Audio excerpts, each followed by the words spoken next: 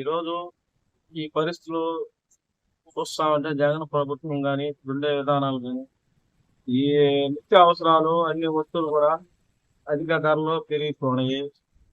చూస్తే పరిశ్రమలు అయితే ఏం రాలేదు.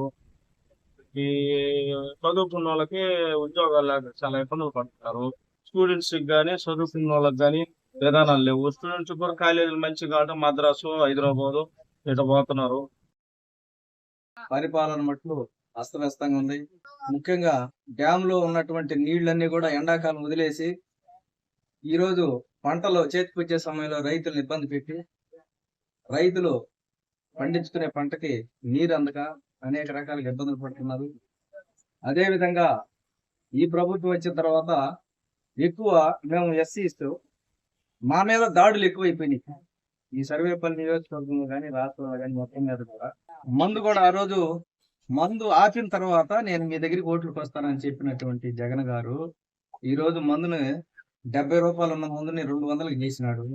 గ్రామాల్లో అయితే ఎక్కువగా మా దళితులు చాలా మంది ఊరికి 5-6 మంది ఈ ముందు దాకా చనిపోయినారు. దానికి కారణం ఈ ప్రభుత్వం బాధ్యత వహించాలా. సాగునీరు లేదు, తాగునీరు లేదు, ఇక్కడ అభివృద్ధి అనేది శూన్యం. ఎంతసేపటికి వాళ్ళ సొంత కార్యకర్తలు లబ్ధి పొందడం తప్ప పేదలకి న్యాయం చేసిన దాఖలాలు అయితే ఎక్కడా కనపడట్లేదు. మార్పు అనేది కోరుకుంటున్నారు ప్రజలు. ఈసారి ఖచ్చితంగా టీడీపీ వచ్చే ఛాన్స్ అయితే కనపడుతుంది. వైసీపీ పాలన 4 సంవత్సరాల 10 నెలలు సుమారుగా పూర్తి చేసిన సందర్భంలో ప్రజలకి పాలనకి దగ్గరగా అంతా బాగానే ఉంది. బాగాలేదని చెప్పుకునే దానికి ఏం లేదు. అక్కడక్కడ కొన్ని పరిస్థితులు, వాటి ప్రభావాలు రీత్యా మొత్తం మీద అయితే పాలన అయితే బేసిక్ గానే ఉంది. ఏ గవర్నమెంట్ అయినా కూడా ఒక పబ్లిక్ లో పొలిటికల్ గా ఏదైనా న్యూస్ ఇవ్వాలంటే పార్టీకి ఒక డిసిప్లైన్, ఒక బిహేవియర్ ఉండాలి.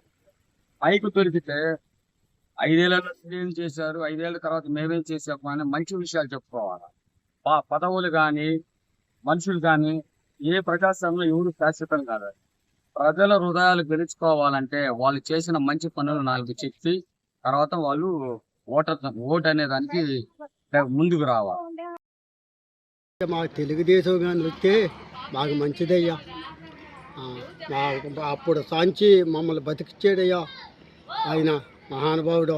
చేస్తుంది ఏమి చేస్తుంది చెప్పండి.